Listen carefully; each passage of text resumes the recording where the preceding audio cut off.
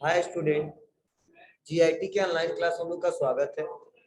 आज के क्लासेस में फिर से हम लोग सीखने वाले हैं कुछ अकाउंटिंग कंसेप्ट के बारे में, जिसमें सबसे फर्स्ट जो पढ़ने वाले हैं वो हम पढ़ने वाले हैं गोइंग कंसर्न कंसेप्ट। सेकंड जो पढ़ने वाले हैं वह पढ़ने वाले कॉस्ट कंसेप्ट। थर्ड जो पढ़ने वाले हैं वह पढ़ने वाले ड्यूल एस्पेक्ट कंसेप्ट। और फोर्थ वाला पढ़ने वाले वो पढ़ने वाले पीरियोडिसिटी कंसेप्ट। चलिए हम जानते हैं कि फर्स्ट का मतलब क्या होता है। उस ऐसे एक एक करके हम एक एक के बारे में समझेंगे। इसको समझने के लिए थोड़ा हम बैक आते हैं और देखिए मैंने इसका एक पीपीटी बना के रखा है, उससे थोड़ा सा समझ लेते हैं। एक पीडीएफ है और उसके बाद से हम लोग समझेंगे। जैसे यहाँ पे देखो बताया जा रहा है कि इस कंसेप्ट के अनुसार, ध्यान दीजिएगा सभी लोग, इस कंसेप्ट के अनुसार हम यह मानकर अकाउंटिंग करेंगे कि हमारा बिजनेस एक लंबे समय तक चलता रहे तथा बिजनेस को निकट भविष्य में बंद करने की कोई संभावना नहीं है। इसे continue of the activity concept के नाम से भी जाना जाता है। मतलब क्या समझाया जा रहा है, समझने की कोशिश करना है। मतलब जो हम लोग बिजनेस करते हैं, तो क्या क्या मान के करते हैं, इस बिजनेस को लंबे समय तक चलाना है। बोलो, आप बताइए, कोई ऐसा बिजनेस करते हो क्या कि आप सोच रहे नहीं आज स्टार्ट किए कल खत्म हो जाए। सभी लोग, सारे व्यापारी यह मानते हैं कि जो हम व्यापार स्टार्ट किए हैं उसको लंबे समय तक लेके जाना है, यूं कह लो लाइव और उसका इस्तेमाल करना है। ठीक है, अगर अच्छे से चल गया तो। लेकिन कोई जरूरी है कि हमेशा लास्ट तक चलता है, बीच में जाकर रोक लेते हैं। लेकिन सभी लोग का मेन मकसद क्या होता है स्टार्टिंग में, कि लंबे समय तक चलाना। तो अकाउंटिंग कंसेप्ट में ही बोला गया है, गोइंग कंसर्न कंसेप्ट में, इस कंसेप्ट के अनुसार हम यह मानकर अकाउंटिंग करेंगे कि हमारा बिजनेस एक लंबे समय तक चलता रहेगा तथा बिजनेस को निकट भविष्य में बंद करने की कोई संभावना नहीं है। इसी को मान के हम व्यापार को चलाते हैं। अगर हम जानते नहीं कल खत्म हो जाएगा तो व्यापार को चलाएंगे क्या? व्यापार को स्टार्ट करेंगे क्या? 5 लाख 10 लाख रुपए लगाएंगे क्या? नहीं लगाएंगे। यही बताया जा रहा है, इसे continue of the activity concept के नाम से भी जाना जाता है। फिर से बताया जा रहा है, जैसे कि यदि कोई कंपनी किसी प्लांट या मशीनरी को बनाने में लगने वाला लागत को सेम ईयर को ध्यान में रखकर नहीं बनाया जाता है। बताइए, जो मशीनरी हम बनाते हैं, जैसे मान लो हमारे एक कंप्यूटर है जो, और आप जिसको बैठ के पढ़ रहे हो, क्या हमने यह ध्यान रख के बनाया क्या कि कल खराब, मतलब कल नहीं चलेगा हमारा व्यापार? नहीं, हमने सोचा कि ऐसा एसेट बनाए, ऐसा मशीनरी खरीदे जो लंबे समय तक चले, उसका इस्तेमाल बिजनेस को चलाने के लिए लंबे समय तक करे। मुझे लगता है कि लगभग क्या है 2014 से चल रहा है, और मुझे लगता है कि कई सारे ऐसे बेंच है जो उसी समय से चल रहा है। अब पता नहीं कितना दिन, कितने बैचेज आ जाएंगे, कितने लड़के पढ़ के चले जाएंगे, ये हमारा बेंच ऐसे ही रहेगा। हाँ, थोड़ा सा मेंटेनेंस का खर्च लगेगा, ठीक है, कुछ नहीं, हमेशा प्रोजेक्टर बदलेंगे। हाँ, कभी थोड़ा वो दिक्कत होता है, लेंस चेंज करवा देंगे। मतलब हमेशा ये क्या है, ये मान के चलते कि व्यापार को लंबे समय तक चलाना है, और तब मशीनरी उसी हिसाब से हम लोग खरीदते हैं। ऐसा नहीं कभी कोई नहीं व्यापारी सोचता नहीं अब हम खरीदे कंप्यूटर तो कल हमारा व्यापार बंद हो जाए तो क्या होगा, ऐसा कोई नहीं सोचता है। सब लोग सोचते हैं कि मेहनत करके व्यापार को चलाएंगे। ठीक है, कंसेप्ट के बारे में बता रहे हैं, कंसेप्ट करता क्या है, कहता क्या है। फिर से बताया जा रहा है यहाँ पे, बल्कि यह इज्यूम करके बनाया जाता है कि इस प्लांट या मशीनरी का प्रयोग बिजनेस द्वारा लंबे समय तक उपयोग में लाया जाएगा या किया जाएगा। क्लियर है? क्या समझे?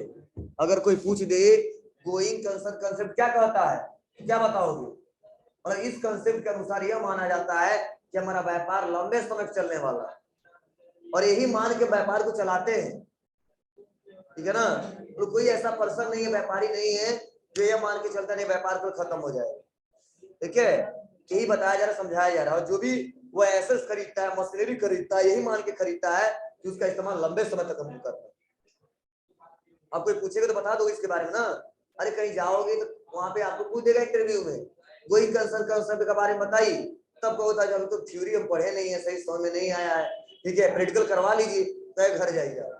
ठीक है ना? मतलब ये थ्योरिकली कंसेप्ट बहुत क्लियर होनी चाहिए, तब आगे आप आसानी तरीके से जवाब दे पाओगे। ये लड़के गलती करते हैं, थ्योरी को सीरियसली पढ़ते नहीं है। आप कहीं जाओगे तो इंटरव्यू पहले थ्योरी पूछेगा। ठीक है, इसे लायबिलिटीज किसे कहते हैं, एसेट्स किसे कहते हैं, या अकाउंटिंग इक्वेशन का रूल बता दीजिए, तब कहोगे हम तो प्रैक्टिकल खूब पढ़े तो वो आता है लेकिन ये थ्योरी नहीं पता। कहेगा घर जाइए बाद में पढ़ के आइएगा। तो ठीक है, तो ध्यान दीजिएगा, थ्योरी भी बहुत अच्छे से पढ़ना आप लोग, ठीक है ना। तो उसके बाद से देखिए मतलब यह क्लियर हो रहा है कि नहीं हो रहा है, ठीक है। गोइंग कंसेप्ट, कंसेप्ट का मतलब क्या होता है। चलिए नेक्स्ट आगे बढ़ते हैं और अगले ऑप्शन के बारे में जानते हैं क्या है। चलिए नेक्स्ट अगला है कॉस्ट कंसेप्ट। देखो कॉस्ट कंसेप्ट से पहले ही पता चल जा रहा है आपको, ठीक है। कॉस्ट मतलब क्या होता है बताइए, लागत, ठीक है। तो देखिए कॉस्ट कंसेप्ट क्या कहता है, ठीक है, इसे हिस्टोरिकल कॉस्ट कंसेप्ट भी कहा जाता है। इसे क्या बोलते हैं जी, हिस्टोरिकल कॉस्ट कंसेप्ट भी कहा जाता है। कहा जा रहा है इस कंसेप्ट के अनुसार किसी भी एसेट्स को बुक ऑफ अकाउंट में उसकी ओरिजिनल कॉस्ट मानकर ही रिकॉर्ड किया जाता है। जैसे कि यदि हमने किसी फर्नीचर का, ठीक है, मतलब रुपया बता रहा है कितना, 50,000 में खरीदा है, तो उसे हम 2 साल बाद भी अपने बुक ऑफ अकाउंट में उसकी ओरिजिनल कॉस्ट क्या मानते हैं, 50,000 ही मानते हैं। जैसे समझने की कोशिश करना, जैसे होता क्या है, यह मेरा व्यापार है और इस व्यापार में व्यापार को चलाने के लिए हम क्या खरीद रहे हैं, एक कंप्यूटर खरीद रहे हैं। क्या खरीद रहे हैं बाबू, कंप्यूटर। ये कंप्यूटर कितने का खरीद रहे हैं, मान लो सब कुछ 50,000 का। कितने का जी, 50,000 का। तो आप बताइए क्या आप 2 साल के बाद आप कहोगे नहीं 40,000 में खरीदा था, कॉस्ट हमेशा क्या बताओगे, क्या आपने खरीदा तो कितने में खरीदा था, 50,000 में। आज भी वही मैंने वैल्यू रखेंगे और 2 4 साल 5 साल के भी बाद बताएंगे कि हाँ मैंने 50,000 में खरीदा है। लेकिन बेचते समय वो अलग बात है कि उसका क्या 2 साल आपने यूज किया है, कितने में बेचोगे। लेकिन हमेशा कितना में कहेंगे, अब मान लो ये रिमोट है तब बोलेंगे ना 100 रुपए में खरीदा था, लेकिन 2 साल के बाद भी कहेंगे ये 100 ही रुपए में खरीदा था, ठीक है। अब भले ही इसको मान लो थोड़ा सा अब पुराना हो गया है तो कम दाम में बेच दो, लेकिन इसको किस लिए खरीदते हैं, बेचने के लिए। कंप्यूटर को खरीदते हैं किस लिए, मैं अपने व्यापार में कंप्यूटर क्यों खरीदता हूँ, व्यापार को चलाने के लिए। तो आज भी हम वही मानते हैं और कल भी वही मानेंगे।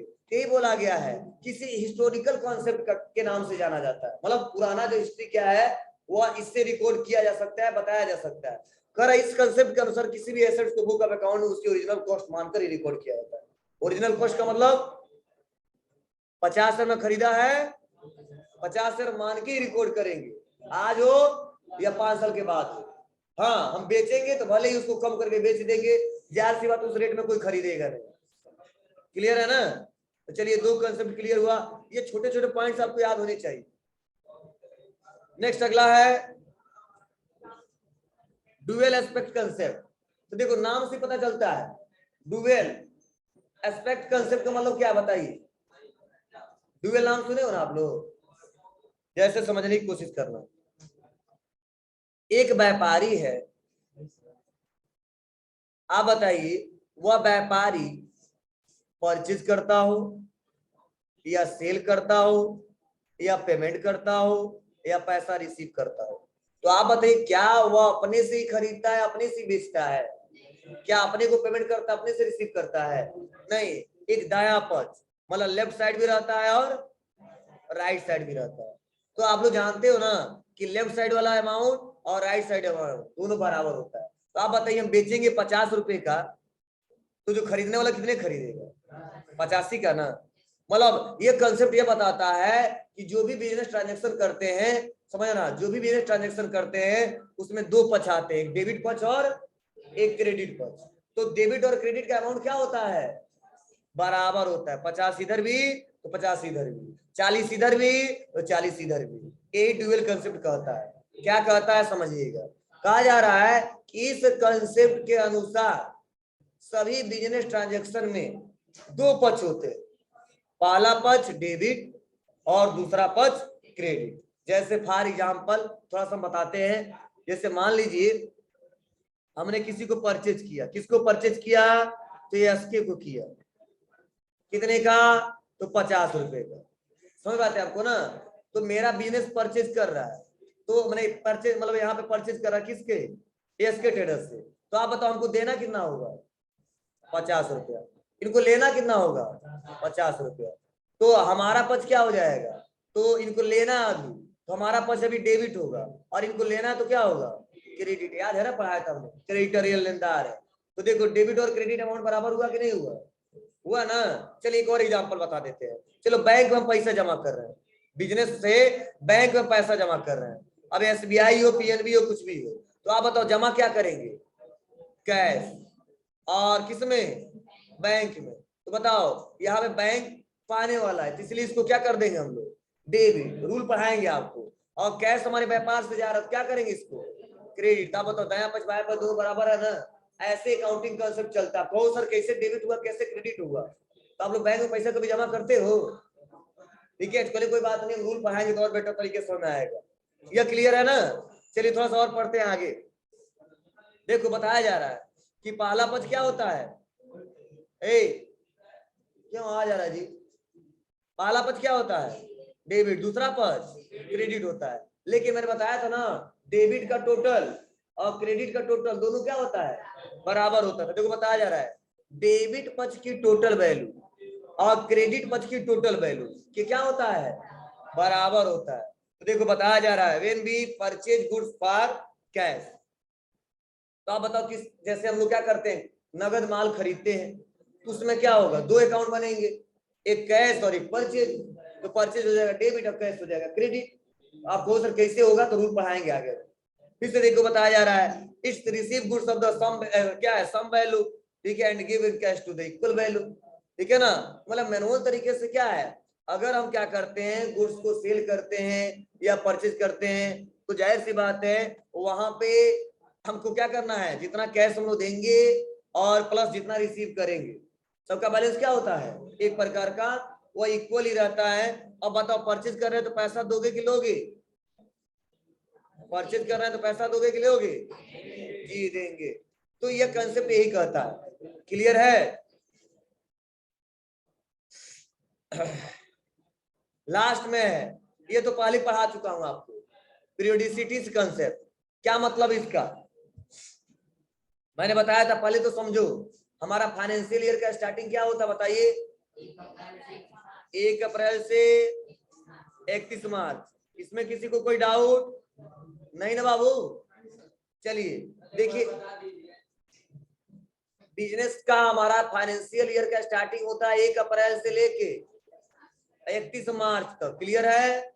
स्टार्टिंग डेट क्या है? 1 अप्रैल। एंडिंग डेट क्या है? 31 मार्च।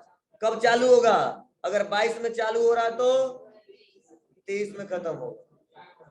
क्लियर है? देखिए यहाँ पे बताया जा रहा है, करा इसे टाइम इंटरवल कंसेप्ट भी कहा जाता है, जिसके अनुसार सभी बिजनेस इंटरप्राइजेज को एक निर्धारित समय अंतराल के बाद फाइनेंशियल स्टेटमेंट तैयार करना होता है। आप बताइए, हम 1 अप्रैल से लेके और 31 मार्च तक काम किए, तो क्या करते हैं हम लास्ट में, मतलब 1 अप्रैल से मान लो अप्रैल आ गया, मई आ गया, सब आता है, तो जितना बिजनेस में ट्रांजेक्शन करते हैं सबका स्टेटमेंट क्या करते हैं? फाइनेंशियल के एक लास्ट में तैयार करते हैं, एक समय अंतराल के अंदर तैयार करते हैं, जिससे बिजनेस का पोजीशन पता किया जा सके कि हमारा बिजनेस का पोजीशन का स्थिति क्या है।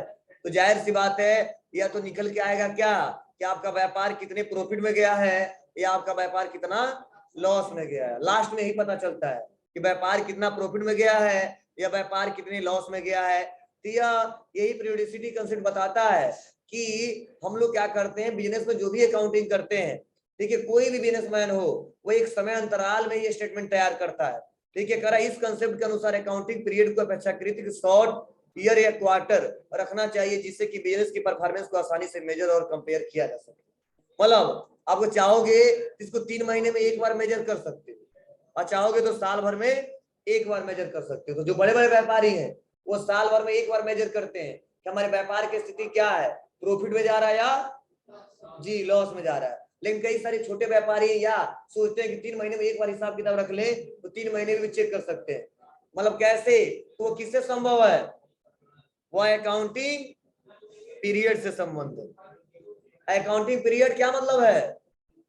1 अप्रैल से लेके 31 मार्च। क्लियर है बाबू? तो यही कंसेप्ट हमारा है। अब कोई पूछेगा तो बता दोगे ना, कोई दिक्कत नहीं होगी। चलिए थोड़ा समाते हैं, इसको बंद करते हैं।